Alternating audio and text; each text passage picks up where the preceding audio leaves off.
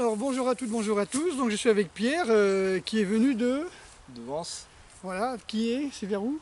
à côté de Nice. Voilà, donc pour faire le stage. Et je lui ai demandé qu'il me fasse quelques questions parce que c'est vrai que dans mes vidéos je traite toujours les mêmes sujets et j'ai toujours les mêmes questions, donc je donne toujours les mêmes réponses.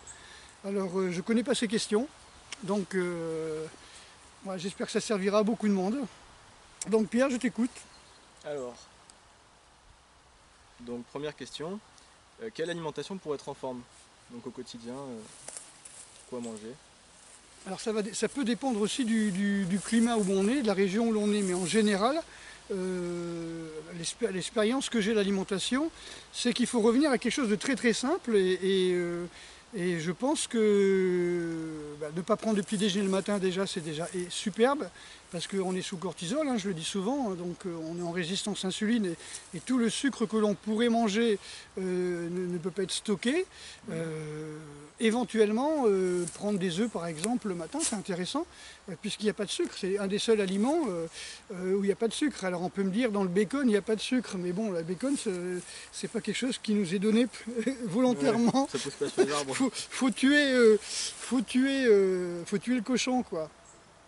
D'ailleurs, juste une petite parenthèse, là, j'ai expliqué l'autre jour, quand j'étais avec les amis gladiateurs, là, on parlait des combats, que les femmes avaient des rituels, que les hommes n'avaient pas de rituels. Mais moi, je me souviens quand j'étais à la campagne, donc j'habitais dans une forge, et de l'autre côté de la route, hein, c'est-à-dire à 3 mètres, hein, c'est un tout petit chemin de campagne, il y avait une immense ferme. Et dans cette ferme, bon, il y avait des animaux comme tout le monde sait.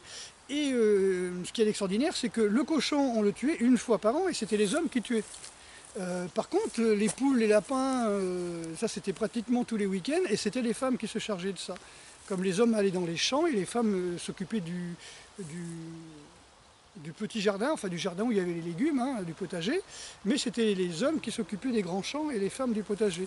Les hommes s'occupaient des grosses bêtes, mais tuaient un animal par an, alors que les femmes tuaient toutes les semaines à coups de hachoir, voilà, c'était des poulets, des lapins, des canards, c'était vraiment impressionnant. Et j'y ai pensé en fin de compte que les femmes tuaient beaucoup plus que les hommes en fin de compte. Il fallait se méfier des paysannes. Hein. Okay, oui.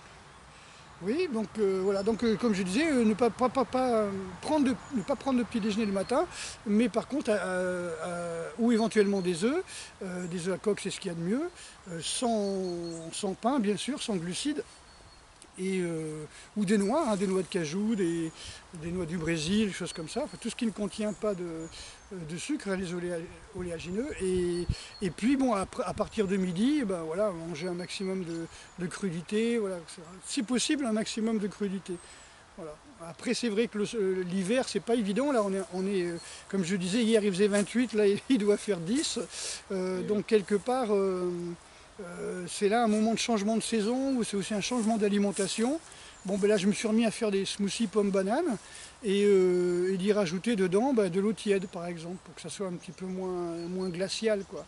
Surtout que je ne mets jamais de chauffage, donc si je prends des fruits, si je continue par exemple à faire des jus pommes, concombres, je vais être complètement glacé, je vais avoir le nez qui coule pendant toute la journée, quoi. Donc la bonne alimentation, c'est une alimentation qui s'adapte à la saison où on est. Tout à fait, toute la saison. À chaque saison, l'alimentation, les fruits de saison, les légumes de saison, et si possible, le plus possible cru. Les graines germées sont aussi superbes, hein, sont super intéressantes aussi. Faire soi-même ses graines germées.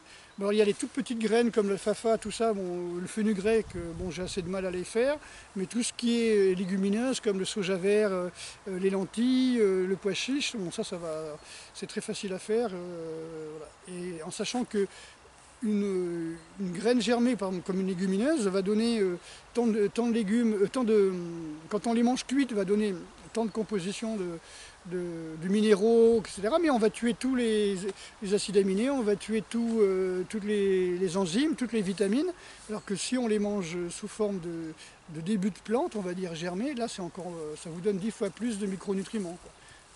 Et d'enzymes, etc. Donc beaucoup plus digeste, beaucoup plus assimilable et beaucoup plus nourrissant. Je pense que pour un cas de survie, par exemple, si je devais partir dans la nature pendant 1 mois, 2 mois, bon, les premiers jours, je ne mangerai pas, ça c'est clair, mais avoir oui, du soja vert, du pois chiche, etc., le faire tremper dans un tissu, un sac de jute, par exemple, et le laisser germer pendant 2-3 nuits, c'est intéressant. Mais bien plus nutritif que si je devais allumer un feu, me faire repérer et me faire tuer parce que j'ai allumé un feu, quoi. Ouais, alors que là, on a directement Voilà. un truc non péissable et après on Tout le à fait. transforme en sa nourriture. Tout en mangeant des orties, tout en prenant ce qu'on trouve sur les arbustes, hein, sur les baies. Mais ce qui est marrant, voilà, c'est que les gens ils me parlent de survie et le premier truc à faire c'est comment chier dans les bois, qui est le titre d'un livre d'ailleurs, ou bien comment faire du feu. Voilà, donc la seule chose qui les intéresse c'est comment faire du feu pour bouffer des gros trucs, et après comment chier ce qu'on a mangé. Tout ça on peut s'en passer si on jeûne au moins les 5 premiers jours, et après on mange des super aliments, c'est-à-dire des graines germées et des baies que l'on cueille directement.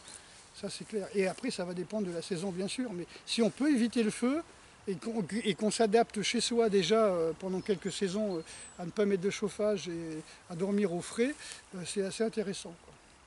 Pour la survie, ça c'est clair. Les SDF, ils n'ont pas de feu, il y en a plein voilà, qui dorment un peu partout à droite et à gauche. Ceux qui en meurent, c'est ceux qui ont pris de l'alcool et puis que ça a bousillé le foie qui est thermorégulateur, et donc le SDF il croit avoir chaud parce qu'il prend de l'alcool, et en fin de compte l'effet de chaleur que l'on ressent quand on a bu, c'est simplement que l'organisme on peut dire drive, conduit l'alcool sur les capillaires pour pouvoir les éliminer le plus vite, les capillaires de la peau, pour pouvoir l'éliminer le plus vite. Et ça crée une chaleur. Donc on pense qu'on a chaud, et en fin de compte, l'alcool, voilà, c'est juste une impression, et c'est une impression qui tue pas mal de SDF chaque année, hein.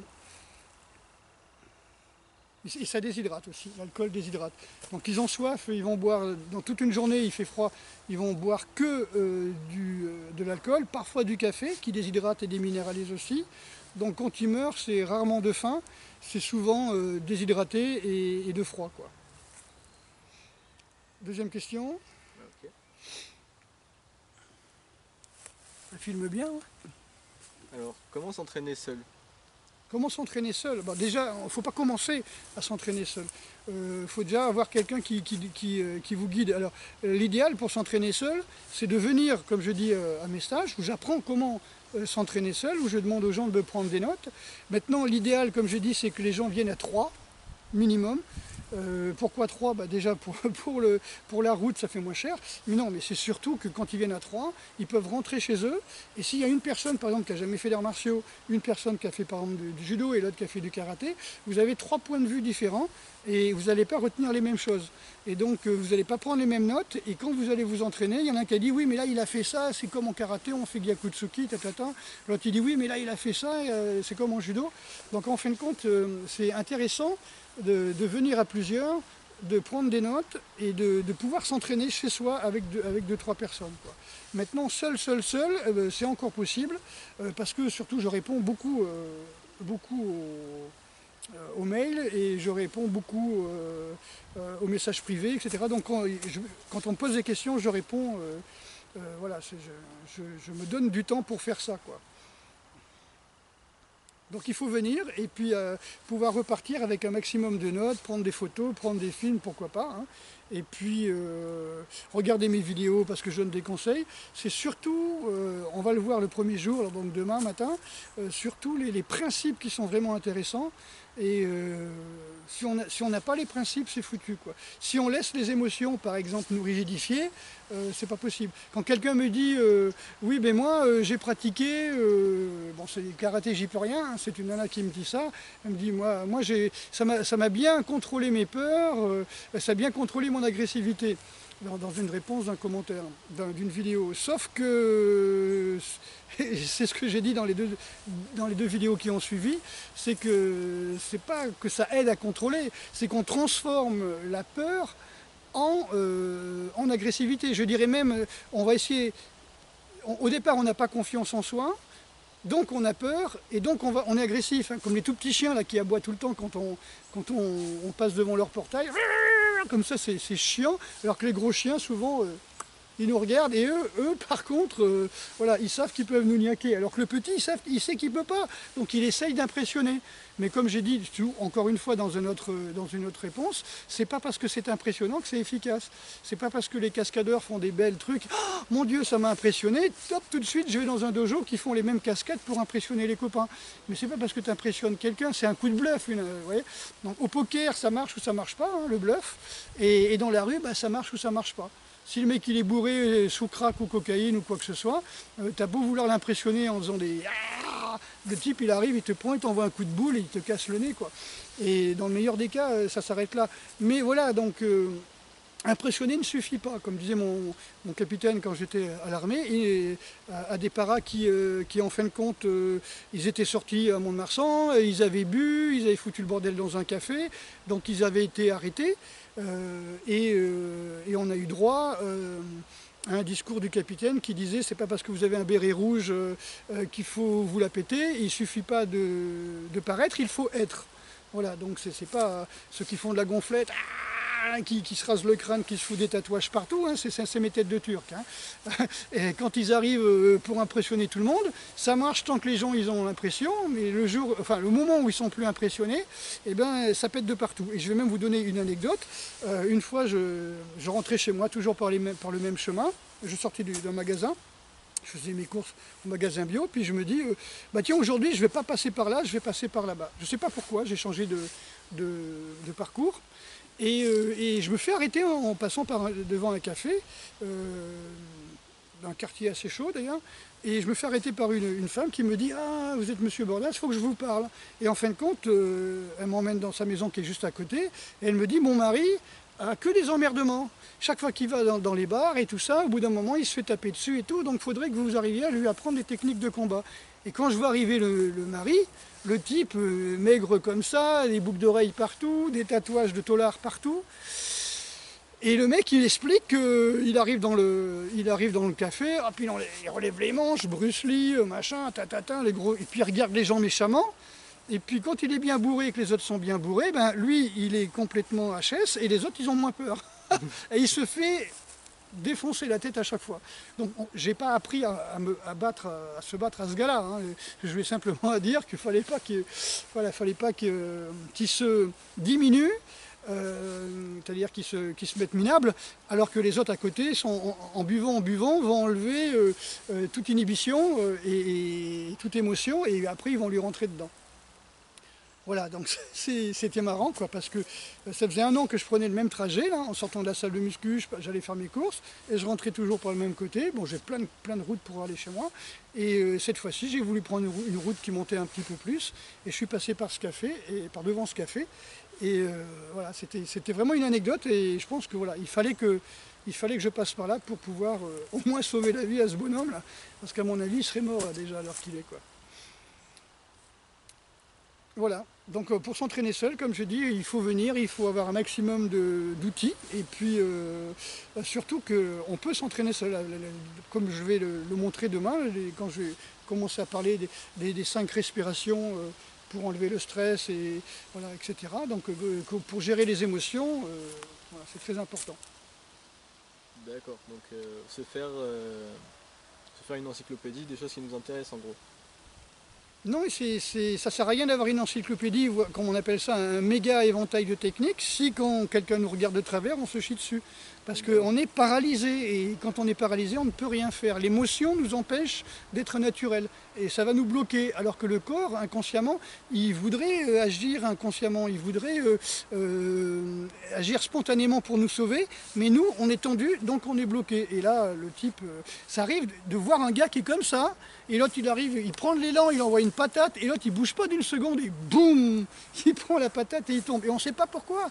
Qu'est-ce qui s'est passé? Pourquoi le mec n'a pas au moins évité le coup, ou pourquoi il n'a pas bougé? Parce qu'il était en sidération, c'est-à-dire qu'il était complètement paralysé. Tétanisé. Voilà, tout à fait. Prochaine question. Vas-y. Tu vois le machin enregistré dessus? Ouais, c'est marqué enregistré? Ah là, ce serait con. Ouais, oui, non, parce que ça va être long. Alors, comment avoir une bonne gestion de soi-même? Donc les émotions, l'hygiène de vie, tout ça. Bonne gestion? Ouais. Voilà, c'est ça. Ça, c'est ça, tout ça, bon, j'ai fait au départ un livre pour expliquer comment les ninjas géraient leur vie, en fait, compte. C'était des espions, donc ils allaient, et ils étaient dans des situations extrêmes, et comme c'est des gens qui vivaient déjà dans la montagne, dans des situations assez extrêmes par rapport à l'époque, on utilisait ces Iga no Mono, donc ces personnes d'Iga et de Koga, pour pouvoir remplir des missions d'espionnage. Donc la bonne gestion, c'est ce qu'on verra demain, la respiration, l'attitude, la marche, le relâcher, c'est-à-dire le lâcher prise. Et puis il y a plein de choses qui font qu'on va avoir une meilleure aussi gestion, mais une meilleure impression de soi-même. C'est arriver par exemple à augmenter sa testo par les douches froides. Donc, et là c'est bien, c'est la bonne époque. Douche froide, la bonne respiration, l'attitude droite. Enfin, il y a plein de petits trucs qui font qu'on va augmenter sa testo et avoir une meilleure confiance en soi. Et donc déjà avec une bonne respiration, on arrive à gérer les émotions. C'est quand même ces putains d'émotions qui font que on peut être très très bon ou très très mauvais lors d'une agression ou d'une prise de décision. Lorsqu'on est lors d'une agression et qu'on a une émotion, on ne prend jamais la bonne décision. Donc il faut gérer ses émotions et les observer, etc. C'est un petit peu, c'est le but de ce stage aussi, hein, parce que le stage, le thème c'est les frappes, mais pour arriver à recevoir les frappes et arriver à les donner, moi je connais beaucoup de gens qui s'en foutent de recevoir des frappes, mais ils sont incapables de donner une bonne frappe. Parce qu'ils sont dans l'apathie, c'est bien d'être dans l'apathie, mais il faut être aussi capable de donner une frappe, non pas pour détruire l'autre, mais pour le remettre sur le droit chemin. Le principe, c'est pas de combattre l'autre, mais de se battre avec lui, pas contre lui, quoi, en gros. C'est-à-dire, la personne est là, c'est elle qui a un problème, c'est pas à moi de devenir plus méchant que lui. C'est vrai qu'on a tout un panel de clubs de self-défense, soi-disant, qui se targuent d'être des techniques d'autodéfense et qui vous apprend à être encore plus agressive, à hurler en tapant sur le bonhomme en face. Ça veut dire, vous avez un type, il est un peu saoul, vous devenez un animal. Vous devenez un animal tout en risquant que le mec, vous l'avez balayé, il peut tomber à plat dos, faire un pneumo ou un hémothorax, il peut se cogner la tête par terre et faire un AVC, une embolie ou se briser les cervicales, et c'est toute votre vie que vous allez payer, ne serait-ce que vous serez en tôle à ramasser la savonnette, mais en plus vous devrez travailler en tôle et puis payer aussi payer le fauteuil roulant ou le coma, etc., les soins médicaux et tout. C'est votre faute. Donc c'est bien beau, mais vous avez un prof qui, au lieu de vous dire de vous calmer, vous a dit qu'il faut accélérer votre agressivité, qu'il faut foncer avec l'émotion. Moi je ne suis pas du tout d'accord. Donc toujours être modéré. Il faut être dans l'observation. Donc dans la modération, bien sûr. Et ça se travaille. Hein. Les gens qui me disent avoir fait des gestions du stress, bon, à part quand on vous fait faire 10 roulades, 10 pompes, 20 flexions de jambes, on vous fout des claques, et maintenant il faut que vous tirez au pistolet, à part là où vraiment on est dans la gestion, parce que de toute façon l'arme elle est faite pour tuer, alors, on est dans la gestion des émotions, mais contre une personne qui vous saute dessus, qui vous fout des claques ou qui vous insulte, vous êtes responsable de tout ce qui va arriver par la suite. Donc c'est à vous de gérer ça. Donc je vous mettrai en lien certainement une super vidéo là, qui dure 3 heures avec un gars qui fait du MMA, là, qui est assez connu, là, qui fait des défis dans la rue. Là, Greg Game. Voilà, c'est ça. Et un élève là, qui sera en stage d'ailleurs demain, Thierry, là, il m'a dit qu'est-ce que t'en penses, parce qu'au début il parle du karaté, puis ils sont morts de rire parce que voilà quoi, ils se font maraver la tête quoi. C'est impossible d'être utilisé dans une agression de rue et contre un mec qui a un couteau et contre plusieurs personnes, etc.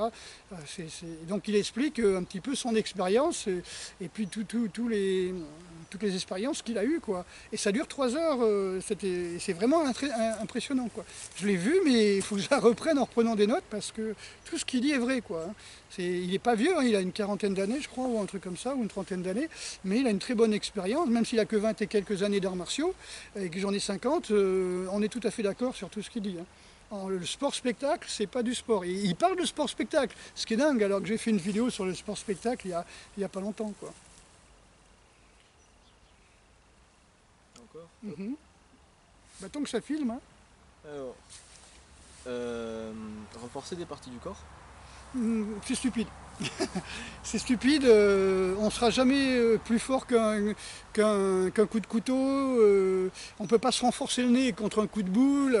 Si on veut faire les Shaolin à donner des coups, c'est bien, mais je ne sais pas combien de temps on arrivera à vivre avec ça. Hein, parce que les Shaolin ils font ça, ils sont dans la montagne, ils ont des remèdes, des plantes pour se soigner en cas de fracture du crâne et tout. Nous on a la Wi-Fi, on a comment on appelle ça là, le four à micro-ondes du voisin, on a la bouffe de merde des supermarchés, on a la pollution des bagnoles et des particules fines, on a les chemtrails. Je pense pas que les Shaolin, ils ont tout ça, quoi. Donc voilà, faut vivre avec son temps, puis c'est complètement débile. Hein. Je me souviens Valera qui disait qu'il y a des matériaux qui sont plus durs que l'os. Hein. Donc faut pas nous prendre pour des cons. Toutes les cases sont truquées, hein, faut le savoir. Hein. Ou c'est des briques pas cuites, ou c'est du parpaing pareil qui est très très fin, ou bien les blocs de glace sont pressillés, comme on parlait en Kyokushinkai, ou bien les pastèques sont hyper mûres. Moi, une pastèque, je la pète avec un petit doigt quand elle est pourrie. Hein. Je veux dire, n'importe qui peut faire ça. Et ça, ce serait pas mal. Je fasse une vidéo un jour. Je lance la pastèque, je fous parce que c'est bien pour la photo, mais c'est truqué, quoi. Le mec, je le défie de prendre une pastèque verte et de donner une patate comme ça. Tu vois, les doigts où ils vont aller. Non, c'est du pipeau. Il y a plein de trucs. Hein. Tsumi avait expliqué ça dans un de ses livres, tous les trucs. Le livre qui a été traduit en français d'ailleurs, Une œuvre tradition, là. Voilà, non, faut pas faire ça, quoi. Les abdos, on peut faire beaucoup d'abdos si on veut, c'est très important d'avoir un bon soutien des intestins, et puis ça permet d'aller aux toilettes, mais on ne sera pas, aussi fort qu'un coup de couteau. Hein. Moi je dis ça, je faisais mes 500 abdos matin et soir pendant des années, et plus après je faisais 1000 abdos de 25 à 35 ans à peu près tous les jours. Voilà, bon, c'est un trip, mais bon, voilà. Après, on a les chakras complètement déséquilibrés. Honnêtement, ça rend agressif, c'est pas ce qu'il y a de mieux. Et durcir les avant-bras, la seule chose qu'on va avoir, c'est les tendinites, de l'arthrose, des déformations osseuses, des arrachements de périoste. Voilà, si c'est pour avoir de l'arthrite ou de l'arthrose à 40 ans, ça vaut pas le coup. À savoir que Funakoshi, quand il est arrivé au Japon, on lui a attaché un pinceau à la main, enfin à la main. D'accord, parce qu'il avait tellement d'arthrose, quoi. Il n'était pas si vieux que ça. Mais c'est le makiwara, les machins comme ça, c'est fait pour une époque où les gens mouraient à 25 ans. C'est pas fait pour une époque où là on a l'occasion de vivre jusqu'à 120 ans si on veut, si on fait pas le con. Voilà.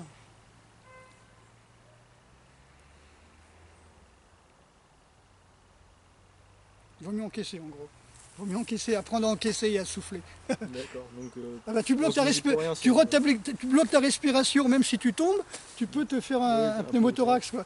Le type, il t'envoie un coup de poing, tu bloques, c'est clair, tu peux faire te péter une veine de la tête, du cul, ou te faire une hernie intestinale, quoi, je veux dire. Voilà, la nature a toujours raison. Hein. Si on balance de la pression dans le corps, comme les mecs qui se font rouler dessus par on voit ça au Penchak ou en Indonésie, tout ça, ils se font rouler. Moi, les 3-4 derniers dont j'ai entendu parler, ils sont morts, quoi. Ils ont eu un éclatement, quoi. Le chauffeur de bus, il voulait pas rouler sur le mec. Les élèves du prof sont montés dans le bus, ils l'ont roulé dessus. Il avait une planche et tout. Hein. Il devait rester qu'une demi-seconde, quoi, quelque part. Sauf que ça a patiné et que c'est resté une seconde. Et une seconde, ça suffit. Parce que c'est un truc qui est plus ou moins truqué, mais faut y aller vite, quoi. C'est comme si tu casses une planche en prenant. Tu vois, regarde. Voilà, si tu mets ton doigt comme ça et tu casses comme ça, là il te casse le doigt. Par contre, si tu fais ça, ça va casser, puisque c'est souple. Tu vois, la planche est souple, et puis bon, dans les fibres, puis c'est du bois plus ou moins souple, hein, et léger, tout est truqué. On a reçu des copains de Shaolin là, qui revenaient du temple de Shaolin, et ils nous ont fait une démo, bon voilà, on a compris comment c'était fait. C'est joli, c'est spectaculaire, tout le monde applaudit, c'est ce qu'ils voient au cinéma, donc, mais c'est truqué. Mais c'est spectaculaire. Donc les mecs, c'est des cascadeurs, quoi. C'est des cascadeurs, c'est ce que je dis. Ils sont partis au temple Shaolin, ils m'ont dit putain on tapait sur les rochers, c'était du plastoc, c'était creux. Bah oui, c'est un décor de cinéma, quoi. Où est-ce qu'on a vu le temple Shaolin? Dans les films, au cinéma. Donc voilà, donc c'est faux. Déception pour certains, je pense. Ah bah, j'ai déjà dit, hein, allez-y là-bas, c'est le tourisme. Alors tu vois, par exemple au temple de Shaolin, Et dans les années 2000, les bulldozers, ils ont rasé toutes les maisons qui étaient autour. Pourquoi? Parce que... Il en fait des nouveaux. parce que tout simplement, ils ont rasé les maisons des commerçants qui ne voulaient pas payer au temple de Shaolin le fait d'être là. C'est-à-dire que tu n'as même pas le besoin, tu arrives à l'arrêt du bus, tu n'as même pas besoin d'aller à Shaolin, tu as plein de mecs qui te vendent des diplômes.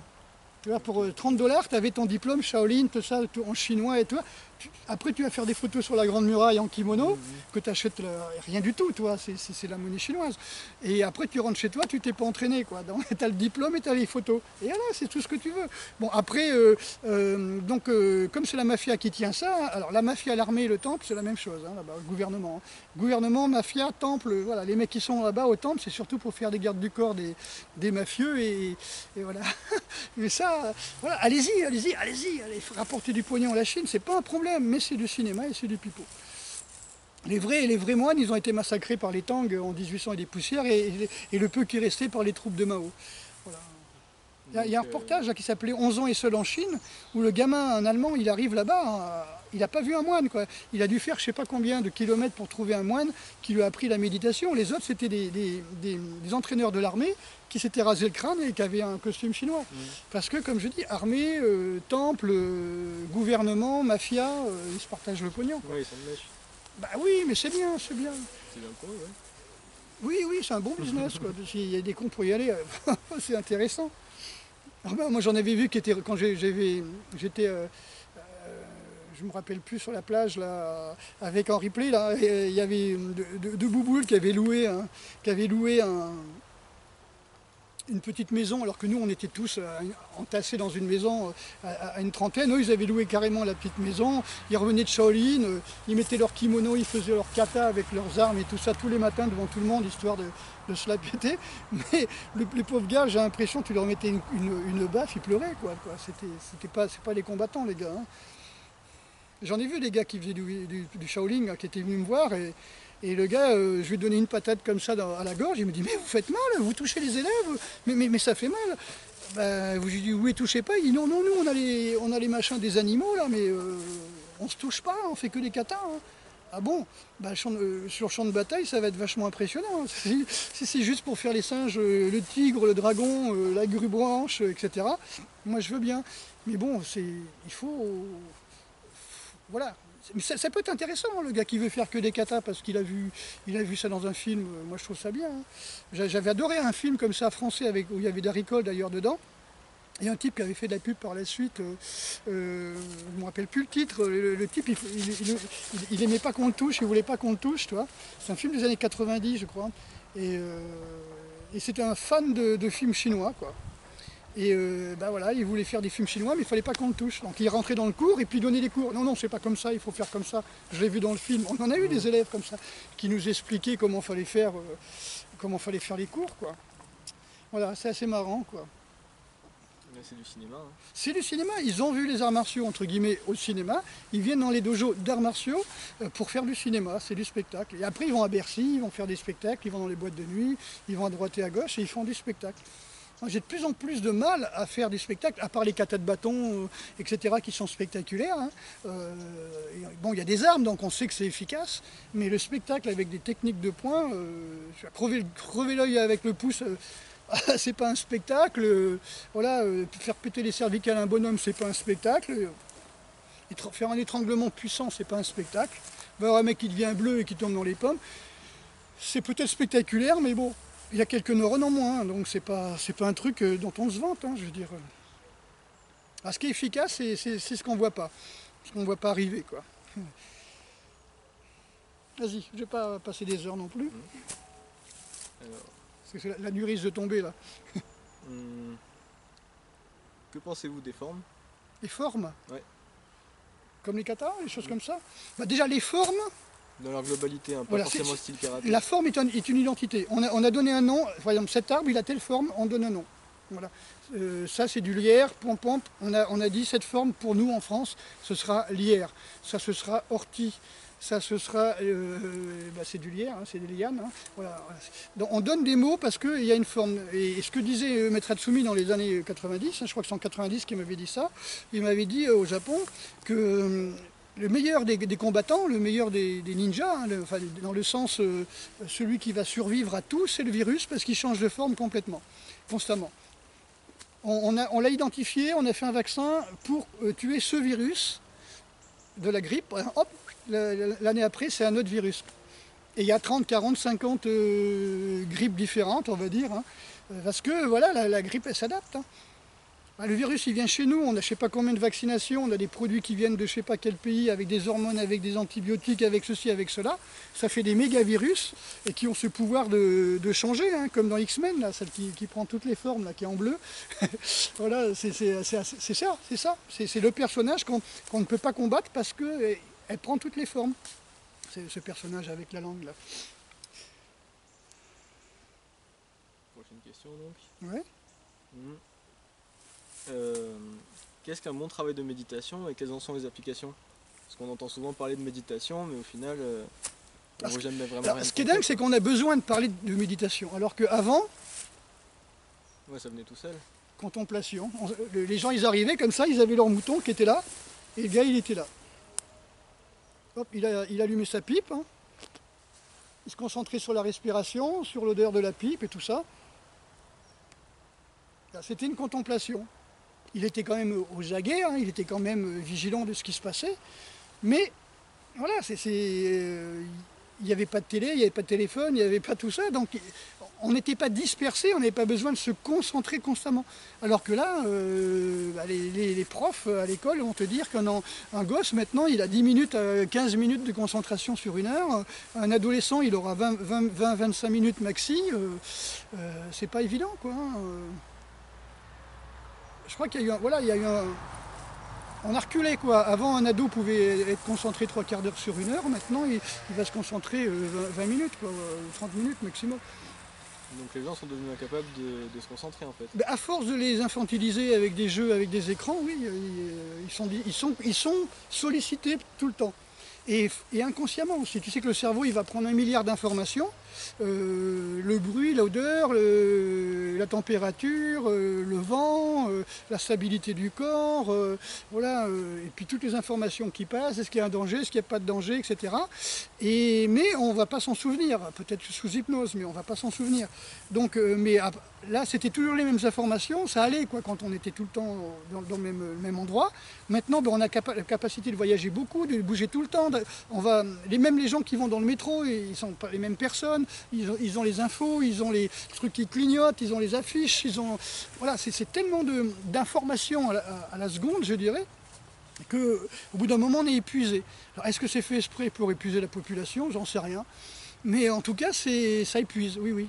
Et beaucoup de gens sont dans l'épuisement chronique et qui donnent qui donne deux choses, hein. Déjà le sida, c'est-à-dire l'effondrement du système immunitaire acquis, c'est-à-dire par épuisement du système immunitaire, hyperacidification de l'organisme, déminéralisation, dévitalisation de la nourriture et tout ça. Donc ça bousille totalement le système immunitaire.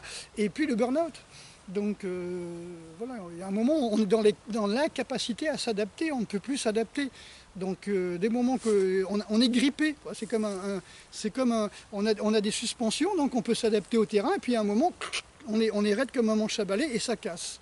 On est rouillé, voilà. Et ça, c'est le burn-out, ça veut dire qu'on n'est plus dans la capacité à supporter le froid, le chaud, etc. D'ailleurs, je vais reprendre ma casquette, parce que depuis que j'étais chez le coiffeur, moi, c'est clair, si je vais chez le coiffeur, tu peux être sûr qu'il va faire froid après.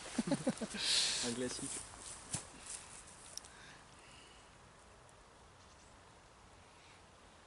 Alors, adapter ces techniques aux situations réelles.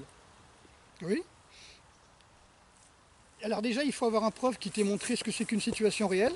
Donc qu'il en ait vu, qu'il en ait connu. Comme je dis, quelqu'un qui n'a pas fait l'armée, c'est quelqu'un qui n'a pas appris à tuer, c'est con à dire. Hein. Mais s'il n'a pas appris à tuer, il n'a pas appris non plus à protéger sa vie sur des gens qui veulent le tuer. Donc la situation ne sera jamais réelle. Ce sera toujours des gens qui vont apprendre à attaquer comme ça, ou comme ça, comme disait le gars là, dans la vidéo, dans toute cette était là. Il parlait du sketch là, du comique américain qui dit attaquez-moi. Il dit à une femme, alors c'est une femme qui n'est pas dans les rituels, quoi. Attaquez-moi, et la nana, blam, elle lui fait un coup de couteau. Oh, Il dit non, non, non, il ne faut pas faire comme ça. Hein. Elle recommence. Et lui, à chaque fois, il va parer en haut quand ça va arriver en bas, etc. Et puis à un moment, il dit non, il faut attaquer comme ça. Tu vois, et puis au moment qu'elle attaque comme ça, il part, il envoie un pain dans la tête. Mais bon, il pisse de partout, quoi. Et puis il fait chouah comme ça. Jim Carrey, c'est génial. Ben voilà, c'est ça. Donc, ce que disait donc la personne, comment elle s'appelle, tu m'as dit? Grégory Bouffet. Greg, ouais, comme disait Grégory, le truc c'est que on n'a pas de preuves qui montrent des vraies techniques. C'est comme j'expliquais, le mec qui passe son temps à faire des machins comme ça là. Oui, c'est bien contre des attaques comme ça, mais qui va t'attaquer comme ça dans la rue? Donc tout ce que tu apprends pour parer ces techniques-là, là, bah, ça sert à rien. C'est comme le mec qui me dit oui, mais nous, moi je fais du Wing Chun, c'est vraiment, on fait ça et ça et ça. Moi j'ai rien contre. Le mec il arrive, il te fait une clé par derrière, qu'est-ce que tu fais? Voilà, le mec il te fait un étranglement par l'arrière, t'as pas appris à faire ça, t'as pas appris à contrer un étranglement par derrière, ou un mec qui te ceinture et qui te projette à l'arrière. Parce que ton truc, c'est de faire des mouvements comme ça, toujours dans la ligne. Hein. Attention, je suis pas prof de Wing Chun, mais j'ai rien contre. Moi je trouve ça, c'est très bien, mais bon. Mais voilà, c'est la façon de travailler qui est pas. C'est comme la différence entre l'escrime où on est sur une sportive où on est sur une ligne, voilà, et puis l'escrime artistique où le gars va faire le machin, et puis vraiment l'escrime comme on voit en Kalaripayat où les types ils peuvent tourner autour et puis ils cherchent vraiment à faire de la touche avec des vraies armes. C'est encore différent. Et il y a beaucoup de blessés d'ailleurs. Il y a beaucoup d'accidents, ouais. Quand ils sortent le fouet à ferraille, là, les types ils sont torse nu, hein, ça rigole pas. Bon, le truc c'est ça que je veux dire, c'est aussi efficace d'attaquer en ligne droite constamment. Pourquoi attaquer en ligne droite? Je comprends pas. Je sais pas. En sachant que dans une bataille rangée, justement, le mec qui attaque en ligne droite, il est mort. Parce que le mec a bien compris le principe. Il a son bouclier là et il va protéger le mec qui est à côté. Donc il va piquer comme ça, tu vois. Il va piquer à droite, il va piquer à gauche, il va pas piquer devant. Parce que les mecs à côté, ils vont te protéger. Donc tu sais que tu es protégé, hein, c'est ce qu'ils disent en 300, que tu dois protéger la personne qui est à ta gauche. Tu vois, donc tu protèges ton bouclier, puis tu piques. Et l'autre en face, il te voit et te pique, il est piqué par quelqu'un d'autre. Et ça, on l'a fait hein, quand on a fait les expérimentations gauloises avec les boucliers, c'est génial, quoi. Et j'en parlais à Guillaume, là, qui était à notre centre de ninja, le centre d'études ninja, pendant qu'il faisait son livre, et il me dit, tiens, c'est bizarre ce que tu me dis, parce que dans mes collections, j'avais une centaine de bandes dessinées de Conan, que j'avais acheté dans les années 80, et il me dit, c'est ce que je viens de lire sur le livre de Conan, où les gens disaient, dans la phalange, il faudra piquer le mec qui est à côté, c'était leur méthode de combat. Et moi, j'avais dû lire ça en 80-81, quoi, tu vois, et ce que je te dis, c'était en 2012, quoi. Donc c'est extraordinaire, quoi. C'est des techniques qui sont connues. Sauf que nous, on n'a rien pigé, quoi. Et d'ailleurs, il suffit de faire l'expérimentation avec 3 bonhommes. Tu prends 3 kendoka, par exemple, et tu les mets face à face, comme ça, 3 comme ça, 3 comme ça. Et tu dis rien à la première partie, et la deuxième partie, le deuxième groupe, tu leur dis attaquez celui qui est en biais. Tu vois, les mecs en face, ils vont être complètement paumés parce qu'ils n'ont pas des attaques conventionnelles et des défenses conventionnelles. L'autre, il va te regarder, et toi, tu vas attaquer par là, et boum, là, tu vas attaquer sur le côté. Donc c'est complètement aberrant. Voilà, c'est pour ça que je dis quelqu'un qui te prend un couteau et qui te fait ça, il n'est pas dangereux vraiment. C'est celui qui arrive par derrière et qui te fout un coup dans le foie par l'arrière. Oui, là, lui, il est dangereux, quoi. Oui. Ça s'appelle un assassin. Oui. Prochaine question. Oui. Tant que ça tourne, hein, tu regardes de temps en temps s'il y a bien marqué enregistré. Travailler sa puissance musculaire. Ah oui, la puissance, c'est la force rapidité, hein, normalement, hein. La force puissance. Hein. Donc oui, il faut être tonique, il faut être puissant. Comme je disais, le volume, moi, il m'emmerde plus qu'autre chose, le poids du corps, il m'emmerde plus qu'autre chose. La puissance, oui, c'est intéressant. Oui, bien sûr. Il faut être capable de courir dans les escaliers, il faut être capable de sauter d'un obstacle à un autre. C'est pour ça qu'il est intéressant dans le parcours, quoi. C'est cette pliométrie, cette explosivité, hein. Pour moi, tout ça, c'est de la puissance, hein. Pliométrie, explosivité, force, vitesse, tout ça, ouais. Travailler, non pas, comme je disais, avec une barre et de faire ça, pourquoi pas, hein. Ça peut se faire dans un cycle. Ben, pour ça, il faut savoir ce que c'est qu'un cycle, hein, dans un méga cycle. Donc, on travaille comme ça, ok, on va réveiller les muscles et tout, mais après, on va travailler, travailler, boum, boum, il y a un truc qui va plus là. Qu'est-ce que tu vas marquer? Alors.